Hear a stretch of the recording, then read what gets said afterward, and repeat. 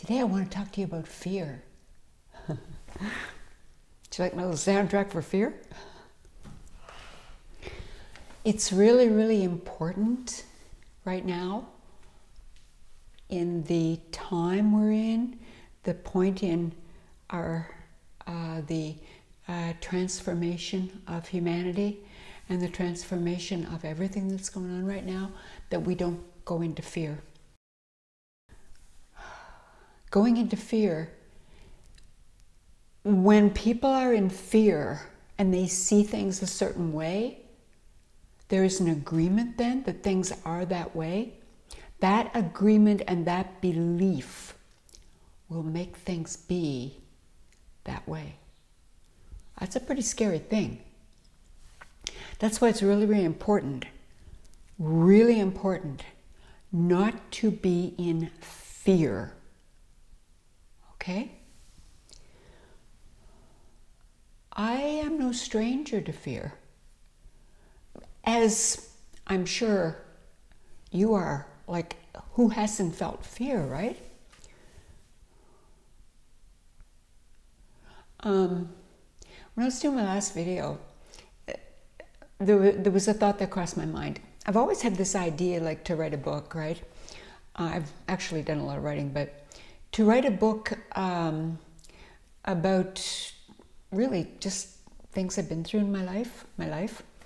And, you know, I'm not saying my life's any more interesting to read about than your life at all. But I've been through some stuff. I used to say that, you know, some people have, like, in their lives, one traumatic thing or one traumatic piece of time and experience they go through that, like, really scars them. And then the rest of life can be like, you know, it can have its ups and downs and bumps and ruts, but the one big trauma thing, you know, the one thing that is like a signature almost that people will hold for their lives. I've had a lot of them. As I carry on making videos, that's why I thought, well, I'd maybe write a book, because, I mean, I think that people can learn from other people's experiences. I know I've learned from other people's. And I think that that's something we can share, and we can, you know, when we share things like that, I think it brings us closer, and I think that it opens us up, and I think it gives us more of an appreciation. You know, if we know about some stuff about people, you know, we tend to, I believe anyway, we tend to, like, feel more for how they're being or how they're acting or what they're going through. Anyway, so I thought, like, write a book. I started it, actually. I've written a few chapters already. But then when I was doing my last video, which is what I started to say a minute ago, it occurred to me that this might not be a bad way to actually tell some of the stories. Because, you know, you can get the music, and you get the, you know, I'm talking to you, I'm telling you stuff. So that's what I'm kind of going to think about possibly tiptoeing into to see how it goes. You can let me know. But fear. I really know what fear is about. And a little story, okay? This is me opening my heart to you.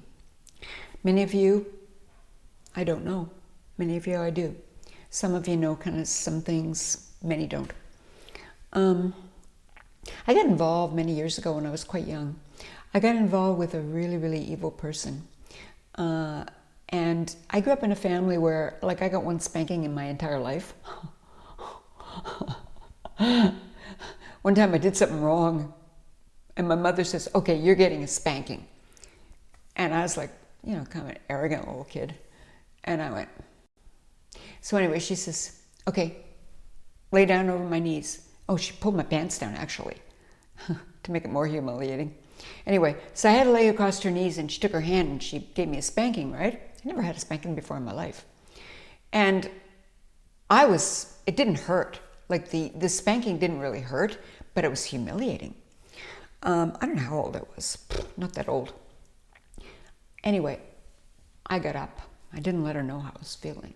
I got up, I pulled up my pants, and I went, well, now that that's over. She says, get back here. She gave me another one.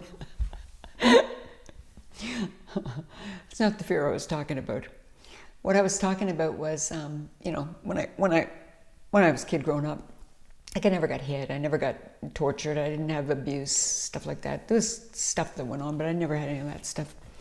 So I didn't really know like physical fear, except for when I got beat up by a bunch of kids a couple times. But aside from that, that's another story. Different topic, different emotional thing. But anyway, I always had this thing where like, you don't show it. If you got fear, you do not show it. First of all, it's great not to feel it. But if you do feel it, don't show it. It weakens you. Somehow I just kind of instinctively knew that. Maybe from another life. I don't know. But I kind of instinctively knew that. Anyway, I got involved with this very bad person when I was in my 20s. And evil. Psychotic. Evil.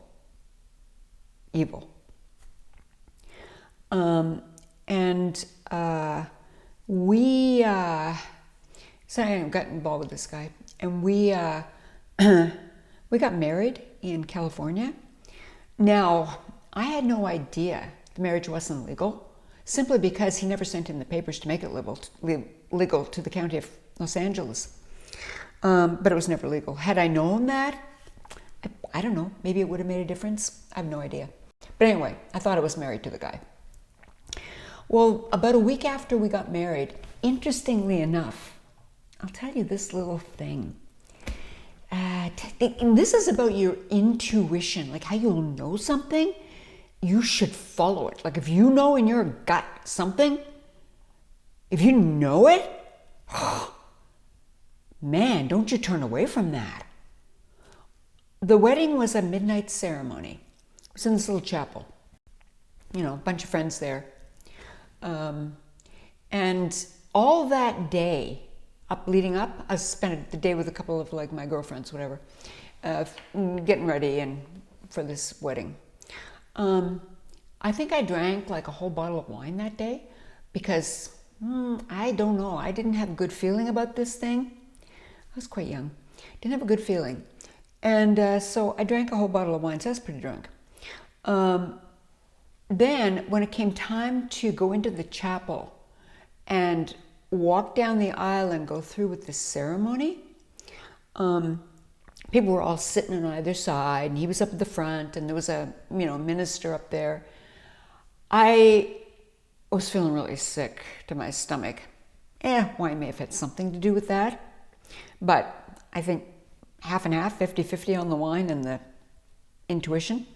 Anyway, so halfway down the aisle, I went, oh my God, what the hell am I doing? I turned and I ran. Like I literally ran out of there. And my friends, my two girlfriends came, caught me. They said, what are you doing? I said, I don't know. I don't know if I should do this. I don't feel good about this. They said, you have to do it. Like there's people there and da da da da. A lot of pressure for me to go through with this. So I went, okay. Turned around, came back down, went down that aisle, went up there, went through the ceremony. About a week later, we were having this argument in the, where we were living in this room. We were having this argument, and I was like saying my side of it, right? And before I even knew what was happening, and I can still see it to this day, this huge big fist came right to my face, right between my eyes, and smashed me. Blood spurted all over my face from my nose. I was like in shock. This is not something that happens to me. This happens to other people in other circumstances. It doesn't happen to me. I've never been hit before in my life, except for the spanking my mother gave me. 2 of them, actually, same day.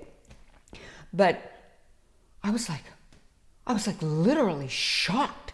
And I was in pain. My nose was broken.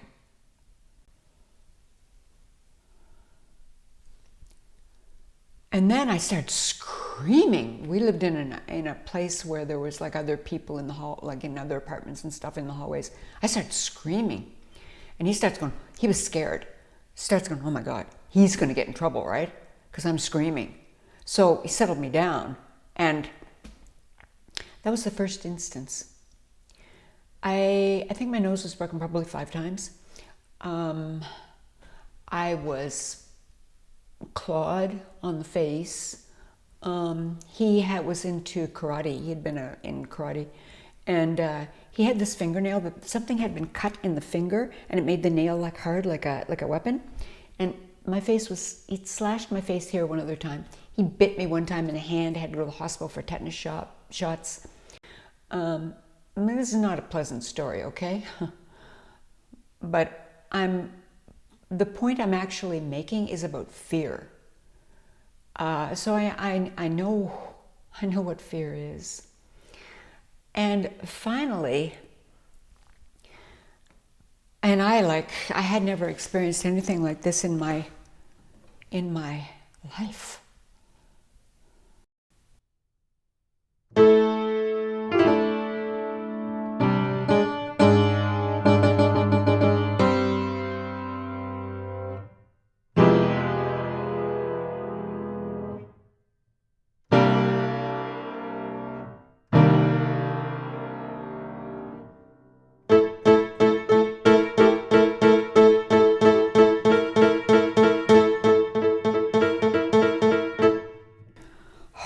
That's kind of what I felt like.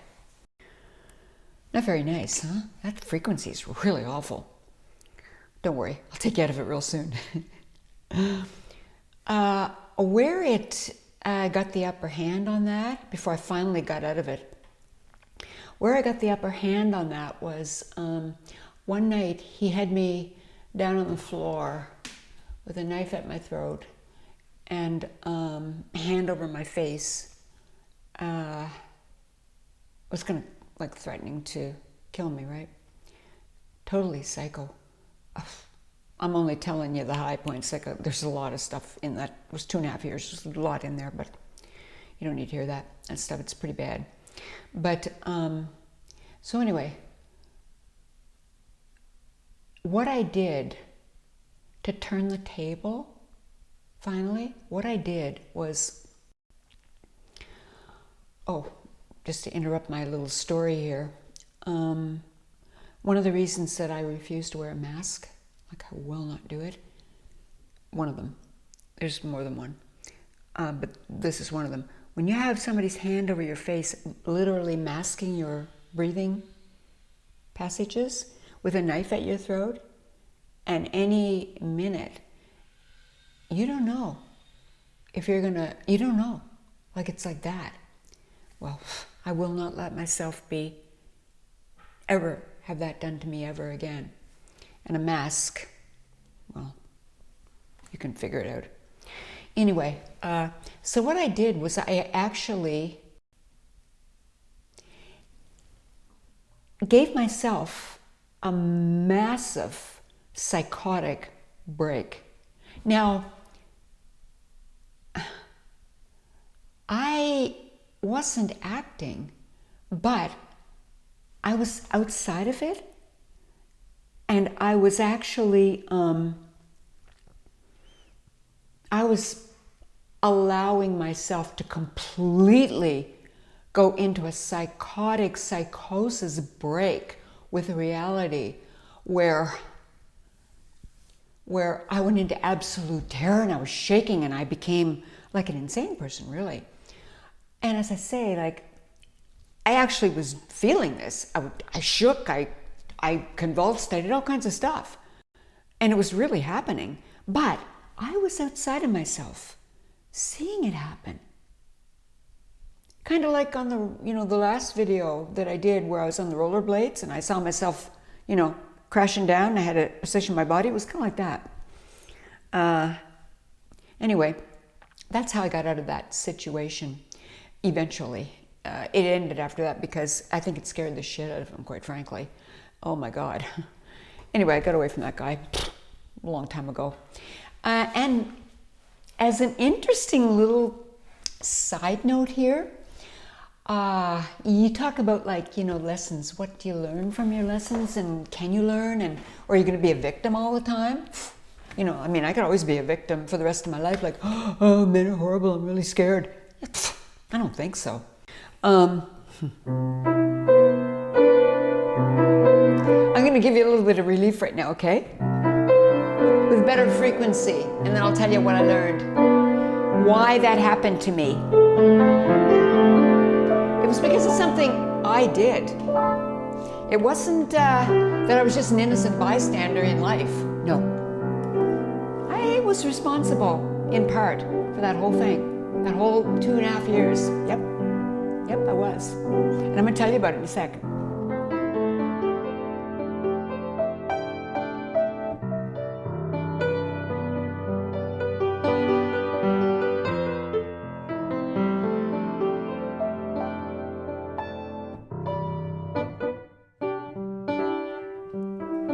There's a freedom that comes when you get released from not only the circumstances and the situation, but when you get released from your own responsibility in it. There's a freedom in that. Yeah. It feels like this.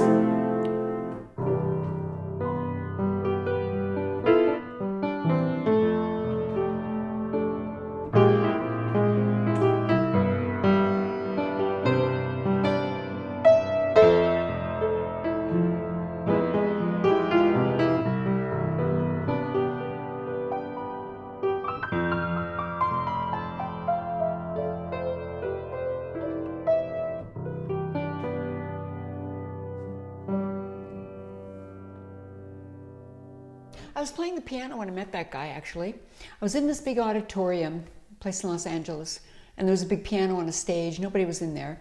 And I hadn't played the piano in a while, so there was a baby grand piano there. And so I went up on stage. Oh, and a friend was with me, just a friend. And he liked to hear me play anyway. So I played. And the bad guy, evil guy, he comes in. And I guess he saw something he liked, or he saw something that could be like, he saw something that possibly could be subdued, oppressed, and destroyed, which was my spirit, my creativity, me.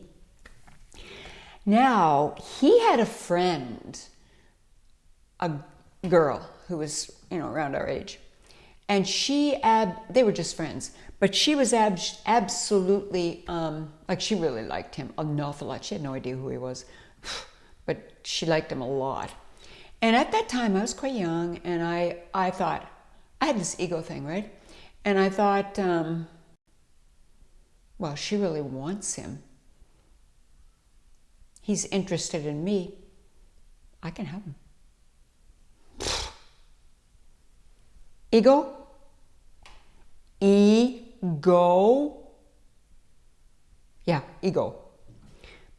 Long time ago. I learned at that point in time from this whole thing that I just told you about, get rid of the ego. Don't do that ever again. Don't even be like that again. It can lead to bad places. So what I did was I just, I took him. Pretty bad, huh? Yeah, pretty bad. That's what I did. A lot worse than throwing the snowball, if you watched my first video, throwing the snowball at the little kid. This was worse. But anyway, maybe not. We're both bad. Anyway, so fear. When we are in fear, and then we see our environment and our life from the frequency of fear, that creates it more. If we take that fear and we don't be afraid, we go, wait a minute. No, not going to happen to me. No. That can control your environment too. Oh yeah. It's so important not to be in fear. So important. Fear takes away your ability to discern things. Fear takes your power and drains it right out of you. That's what fear does. Because with fear, you can't see clearly. You can't. With fear, you cannot see clearly. Fear is laced with adrenaline. It's laced with the endocrine system hormones, cortisone. That what those things do is they actually keep you in a state of, like, it's a reptilian, from the reptilian part of the brain, which is like fight or flight. Like, that's what fear is. Fear is like, I got to get out of here or I got to fight. That's what fear is. That's what fear is. There's no, you can't see with fear. You can't see. I'm going to tell you now a really cool story, okay? Just a sec. This is a cool story. It's also about fear, but it's about changing the belief in the situation to make it come out good and survive it, even though there's fear. And the fear dissolves. That's what the next story I'm going to tell you about. And it's another true story that in my life. What chords do you think this would be? Because this was I've been proud of this situation, even though it started out bad.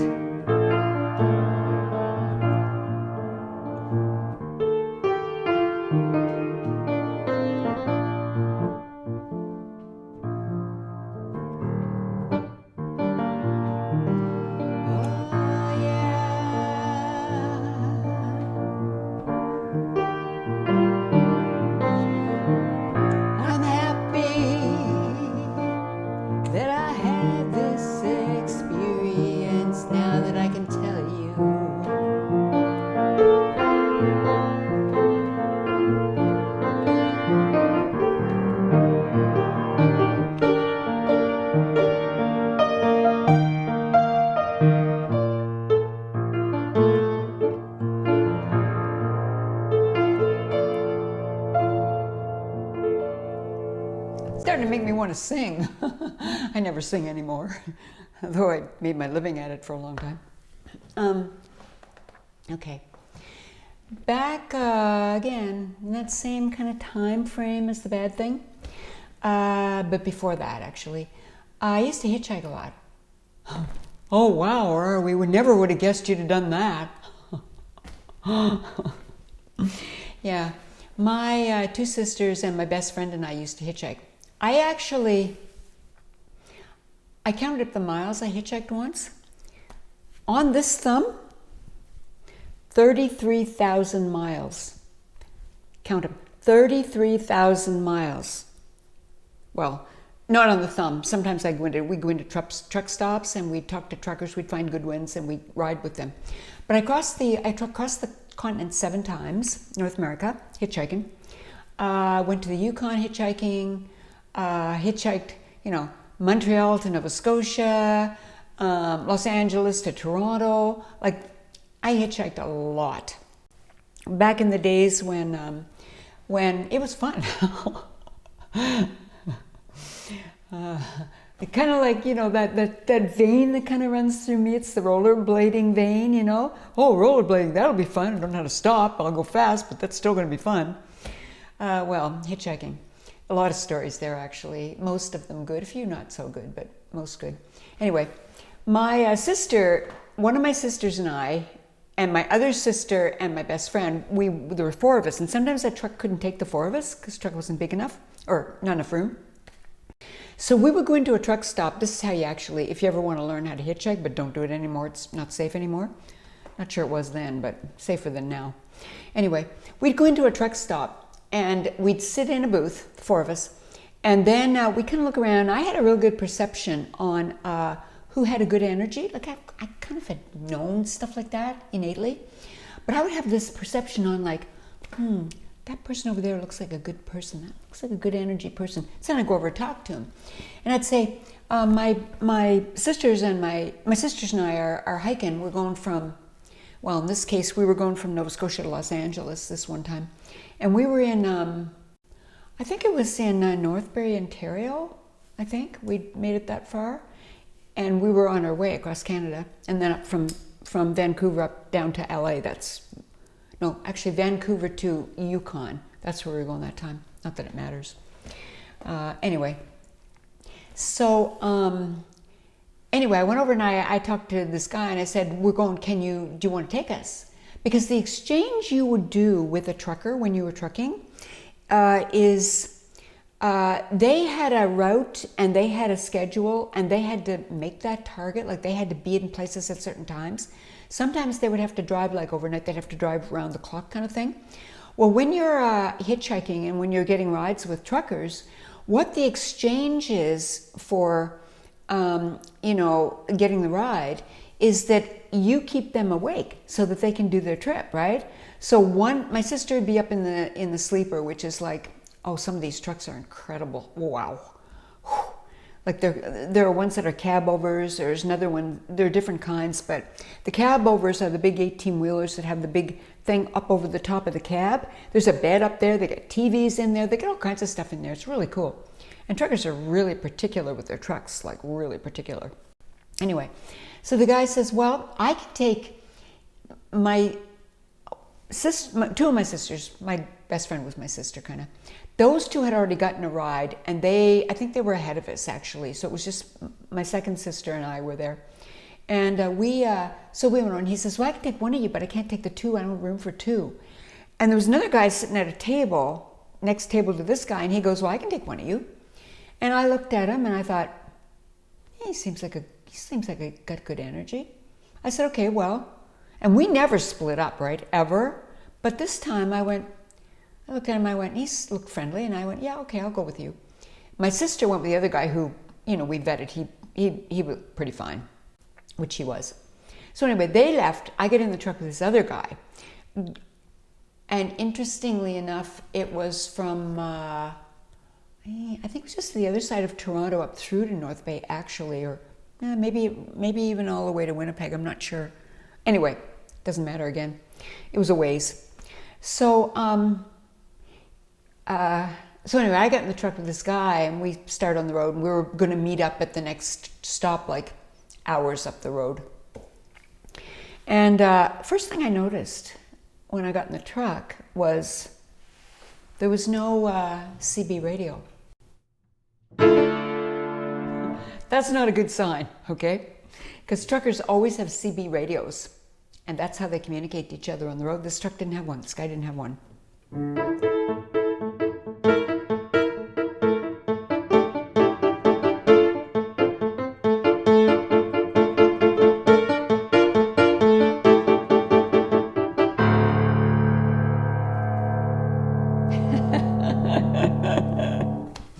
So we're driving along, and after a little while, an hour or so, he says, chit-chatting, we're chatting and stuff. He says, you know what's going to happen before you leave here, don't you? I kind of looked down a bit, and I went, no, that's not going to happen. I knew what he was talking about. I go, no. He goes, oh yeah. And I went, no.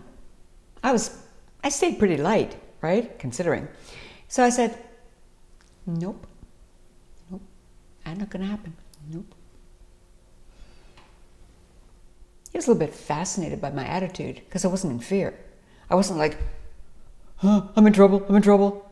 No, that would have made it happen.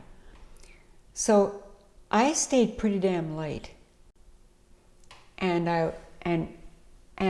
he looks over at me from the, driving, and I was in the jump seat. He goes, what makes you think that's not going to happen? What makes you think that? And I said, I looked him dead in the eye, and I said, because I think you are far too honorable, and you are far too ethical, and you are a really good person, and you have a very good heart. That's why. Stopped him dead in his tracks. Well, didn't stop the truck, but him. And he actually was taken aback. He thought about this for like a few seconds. Because now he knew what I thought of him. Right? He didn't want to blow that. So he sits back and he goes, "You're right. Yeah, you're right." So I looked at the humanity, the good, because I saw it. I saw it in that restaurant where we were, the truck stop. I saw the humanity sitting there. I wouldn't have gotten in the truck if I hadn't. So I knew it was there. And that's what I hooked into. I hooked into the humanity. I hooked into the guy's heart. By the time we got to the destination where I met up with my sister, Winnipeg, actually. It was Winnipeg. Actually, it was the petrol station just at the end of Fermor and Lage. That's where we got let off, her and I both. Anyway, I appealed to the humanity, and I didn't go into fear. The fear vibe was not there. What was there was the compassion for humanity, compassion for the good I saw in him, the good I knew was there.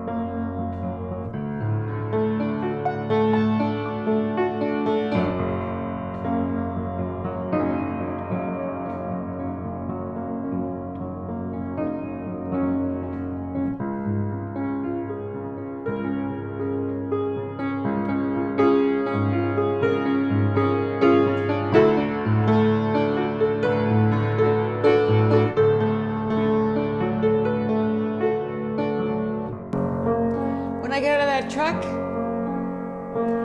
he said to me, he says, "I just love you." He says, "I just wish you could travel with me all the time." And I said, "It's been fun." I actually have a picture of him somewhere in an album. The story, yeah. Fear. Right now in the environment, there's a lot of fear. And there's a lot of pressure to feel fear, because fear divides people. Fear divides people. It hurts my heart, actually. It hurts my heart. What's going on with people right now? But the thing is, how when we look at what's going on, and we look at the environment, and we look at the threats, and we look at all this stuff. If we buy into the fear and buy into what's going to happen, that'll make it happen. That makes it happen. Do you see what I'm saying here? You see what I'm saying? Makes it happen. Incidentally, I'm in quarantine right now. Oh my, oh my, oh my, oh my. I'm going to tell you this one little story. That'll probably be it for today.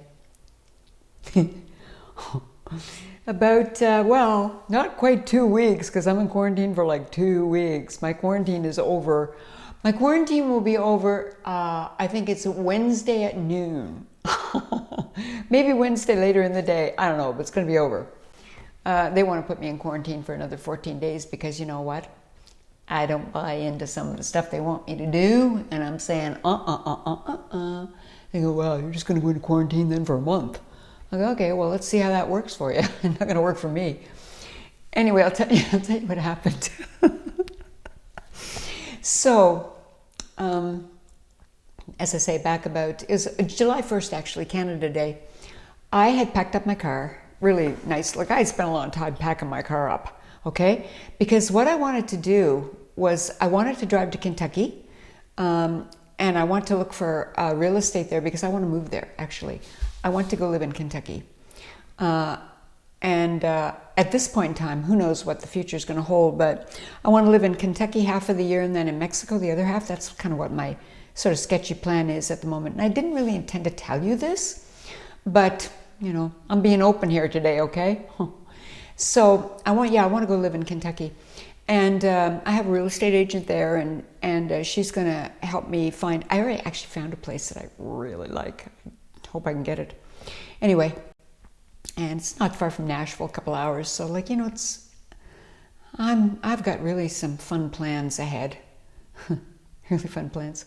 And when this all changes, you know, and I'm in Kentucky, come visit. I'm going to get a really nice house. You can come and visit me. And when I go to Mexico, you can come visit me there. I'll have something there too. It'll be fun. It'll be really, really fun. We're going to have a good time. But we got to get through this first. So I go to the border, all packed up to head over across the border because a friend of mine had gone over, you know, a week before and didn't have any problem whatsoever. So I figured it'd be fine. Well, when I went through the border point, I was told I could not go into the U.S. because of the border was closed. And I went, I packed my car. You know, I've got like grapes to last me for 3 days in the car. Like I brought my coffee grinder at the suggestion of a friend, you know. Yeah, I'd bring your coffee grinder if I were you. So, so anyway, yeah, I had my coffee grinder and coffee. Like, I was ready to go. I had even silk. I have silk for coffee. It's so good. Anyway, I was loaded up on silk to do me for a while. And my cameras, of course. So anyway, they said, no, you can't go. So I went through the American point, you know, like I had to get out of the car, park the car. I would get out of the car. I had to go into a building and sit. I was sitting in a place where there's nobody around except some people over across behind the way, a ways away, right? And then the guy has papers. He had to do up some papers and stuff. He says, okay, you just got to take this to the border on the other side to get back into Canada. So like I was in the US for like 15 minutes in a building. So anyway, I go to go through the guy at the gate. You got to go through, you circle around, then there's a guy who's, when you're coming into Canada, right? Keep in mind, I was like 10 feet out of Canada. So anyway, so he's sitting in the booth and he says, you know, what's your address? I'm not telling you. What's your phone number? I'm not telling you. So like I said, why would I tell you my phone number and my address? Why would I do that? So I had this discussion with him that lasted, I think he and I sat there for 45 minutes. I spent a lot of time at the border. But I was in my car, he was in his booth. There was no contact, except for this communication. And then he says, well, you have to go in quarantine. And I said, there's no way. I said, I'm not going into quarantine. I'm not, why would I do that? I said, why would I do that? And he goes, well, you have to go into quarantine because you've been in the United States. I said, I was in the United States for 15 minutes. I was in a building. I circled around. That's it. He goes, doesn't matter. You still have to go into quarantine. And what I thought he was talking about were those hotels that Trudeau set up. You know, like you go from, you come in, then you got to stay in a hotel and you got to at your own expense and all that. And I thought, there's no way I'm doing that. It's ridiculous. I live here by myself, right? So, so I said, there's no way I'm doing that at my own expense. He says, what do you mean at your own expense? And I said, well, go into one of these quarantine hotels. He says, no, you don't have to do that. He says, you just have to quarantine in your home. Like, I went, in my home? He goes, yeah. I went, well, I didn't know that. I thought you were talking about this. He goes, okay, well, this is a whole different conversation, he goes, because I would have had to give you a whole lot of fines. And he goes, but now let's start again, which is probably one of the reasons I was there for so long. And then I still was having trouble telling him my information. He said to me, what's your address? I go, I'm not telling you. And he says, I need to have your address and I need to have your phone contact information so that people can contact you to make sure you're staying in quarantine. And I said, look up my data. I said, you've got my passport. I'm not going to do your work for you. I'm not going to tell you. You look it up. Have the people do their own work. I'm not doing it for you. So we had another discussion about that. Oh my. You know, that's kind of how I am. But all in all, I was fairly lighthearted about the whole thing because I thought it was ridiculous. Anyway, and at the end, I finally ended up giving him my phone number and I gave him my address. And then he puts it in the computer. And then he says, okay, he says, well, now you got to go over there and you got to go into this other building because you got to get a COVID test. And I went, I don't think so. So, you know, more communication between him and I. And then he was saying, I'm only giving you the information. And I went, well, I'm not doing it. He goes, well, tell them that. So we went down that road for a little while. Then when I was finally leaving the guy, he says, okay, well, you have a good day. I said, yeah, you too, buddy. It was like, we left like we could have been like, you know, partying together. It was actually kind of funny if you think about it. So anyway, I get to the next thing and I park where they said to park, and these two women came out and they had clipboards and masks and stuff. Didn't get near me. They had clipboards and masks and they came out and they said, you have to come inside the building because you have to do a COVID test before you can go further, and you got to do another one in 8 days. I went, I'm not going to do a COVID test. There's no way. And they go, well, you have to do it. I go, no, I don't. So, which is why I was at the border for 2 hours. So anyway, they said, well, you have to come inside the building because we have to interview you. We've got to fill out some stuff. We got to interview you. And I said, okay. I said, I'll go in. And they said, where's your mask? I said, I don't wear a mask. From the earlier part of this story, that's one of the reasons I don't wear a mask. The other one is traumatic as well, but I'm not going to tell you that one today. But it actually involves masks. Anyway, I said, I'm mask exempt. And they said, well, we don't care. You got to put a mask on. I said, I don't have a mask. And then they said, well, you have to wear a mask. We have masks. I said, I'm not putting one on. And I said, well, I'm not putting a mask on. You want me to go inside. What do you suggest we do? How are we going to handle this? Because I'm not backing down.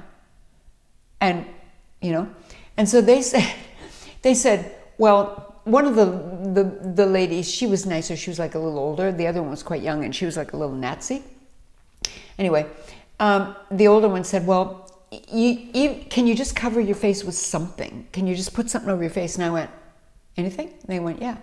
I said, okay, I can do that. I'll do that. Because I had to get home, right? I still had like an hour and a half to drive to get home from the border with my grapes and my silk. I needed a cup of coffee by now.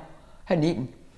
Anyway, so they said, come on in when you're ready. Just come in. I said, okay. They went in. So I went to the back of my car and I thought, what can I put across my face? I opened one of my little overnight bags and I went, this'll work. I pulled out some of my underwear. Pulled my underwear over my head. I looked through the leg holes. Lace down here, leg holes, underwear. I'm saying, yeah, this will work just fine. So I didn't put it on just yet. I went inside and they said, you have to put your mask on. So I pulled my underwear over my face. I was looking through the leg holes. One was obscuring half an eye, you know. And I went, how's this? And they went, that'll work. Which, I mean, you tell me, does that make sense to you? If you're trying to stop this deadly virus, that number one, masks don't stop anyway, but if you're trying to stop this deadly virus and you're letting somebody walk around with underwear on their face, how serious is this? Like, do you not see something wrong with this picture? So anyway, I sit down in one of the chairs. They're both standing up, keeping, 6 feet away from me, because I've been in another country and I could have caught COVID. Anyway, so they're there with their clipboards and they're standing up and they got their masks on like up to here. And I'm sitting there on the chair looking up at them with my underwear in my face, looking through the leg holes. And they say, well, you have to take a COVID test. Now keep in mind, picture this. I'm talking through my underwear and I'm going, and all I can see are my eyes, the expression in my eyes, and I'm going, I'm not going to do a COVID test. I'm not going to do it. Well, you have to do it. No, I'm not. I'm not going to do it. And then they said, well, you can take the kits. You got to do one now and one on the 8th. And I said, well, I'm not doing them. And I said, I'm not doing those COVID tests because number one, they are minimally 85% false positives because they cycle them at 45 spins rather than the 26, right? And the reason they do that is because it creates false positives, so 85% or more false positives, okay? And the reason they spin them like that, which I researched and I found out later, is because that's the amount of spinning they have to do in order to get your DNA and slice it. Because they actually are tracking your DNA. That's what they want. They don't give a shit about whether you're positive or negative. They just want your DNA. And that information is there in really, really reliable, good places if you look for it, like I did. Because I had to research this when I got home because of this whole thing. Anyway, so they said, well, you can take the kits home and do one today when you get home and do the other one on the 8th. I said, well, I'll take the kits, but I'm not doing them. And the other thing is because they soak. Number one, the kits come from China. Oh yeah, well, let's all trust China. That's a good idea. Again, see anything wrong with this picture? So I opened the kit when I got home because I wanted to explore this kit, right? And I opened it, and sure enough, the little swab was in its own little envelope. And I looked at it, and it said, made in China, sterilized with EO. Now, if you look up what EO is, that's ethyl oxide. Now, if you look further at what ethyl oxide is, that's actually carcinogenic. It's poisonous to human beings. So they're wanting everybody to shove this thing up their nose. To the membrane that's the thinnest between your body and your brain, the thin membrane, there's a membrane there where the olfactory nerves actually access the brain. That's where you're shoving the shit up into. It's right there. And what it does is you could perforate that. The thing is, with the ethyl oxide that's on there, that's toxic into your brain. That's what it is. There's no way in hell's bells I'm doing that. I don't think so. So I haven't done it. Anyway, so then I get these, one guy comes to my door at 10 to 9 in the morning, and I gave him pure and utter hell. Well, I just need to check to see if you're here. Well, I said, here I am. And he goes, well, you need to show me your ID. I got to make sure it's you. And he says, or I can just leave and say you're non-compliant. I go, just go. I said, I've been up till 3 o'clock in the morning working, and you woke me up, and I was shaking. I was woken up shaking. You pulled out of a deep sleep, and somebody's at your door ringing your bell and with a mask on and telling you that, it's stressful. Anyway, so like the stress, right? The fear. This is the point I'm making. After I would say to make a long story short, but we're way past that right now. Anyway, the fear. I get this on one of their machines. Well, if you refuse to comply with doing the COVID test on the 1st and the 8th, you're going to get another 14 days of quarantine. Now you tell me, is that about health? Is that about health? Really? Take a look at that, okay? Just take a look at that. What's it really about? Not about your health.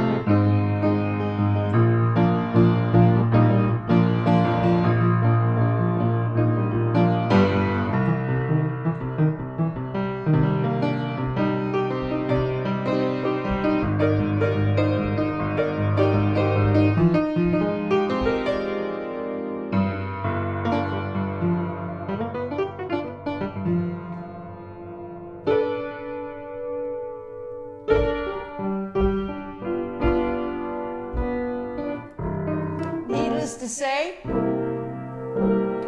I'm not doing any tests.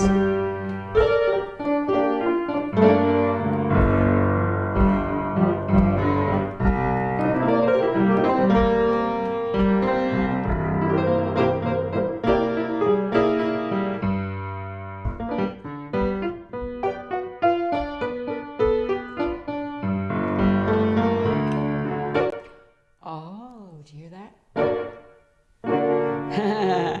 That's that chord, you remember it?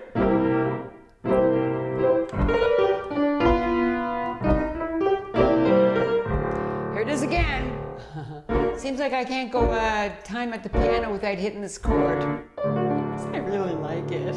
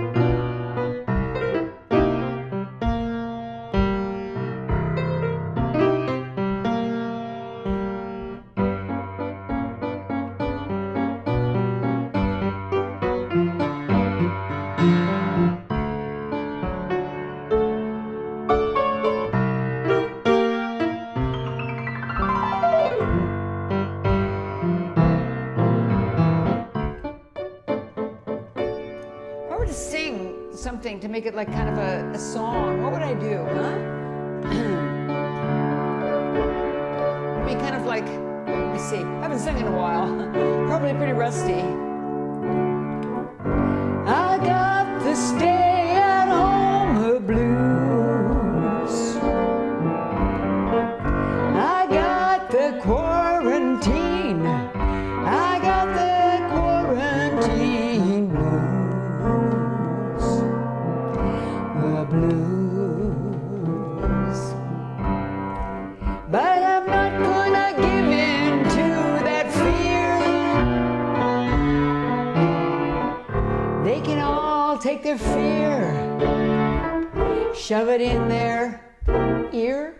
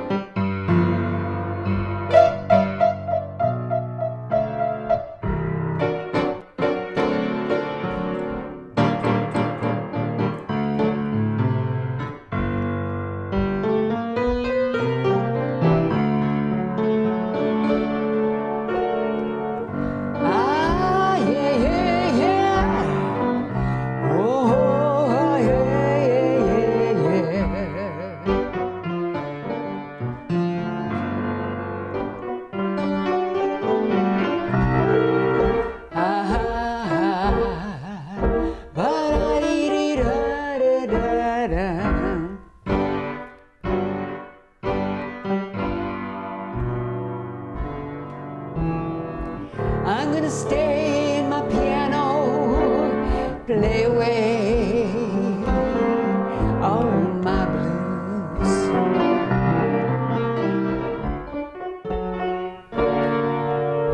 I'm turning my blues into gold.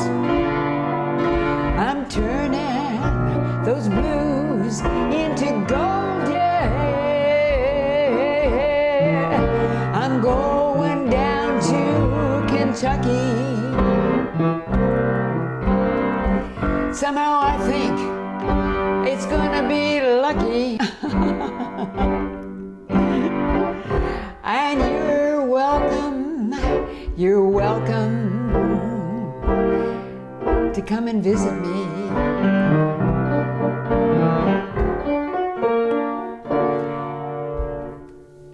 Stay out of the fear, okay? Stay out of the fear. That's what they count on. Because the fear gets people fighting with each other, it gets people divided, gets people arguing, it keeps people divided. United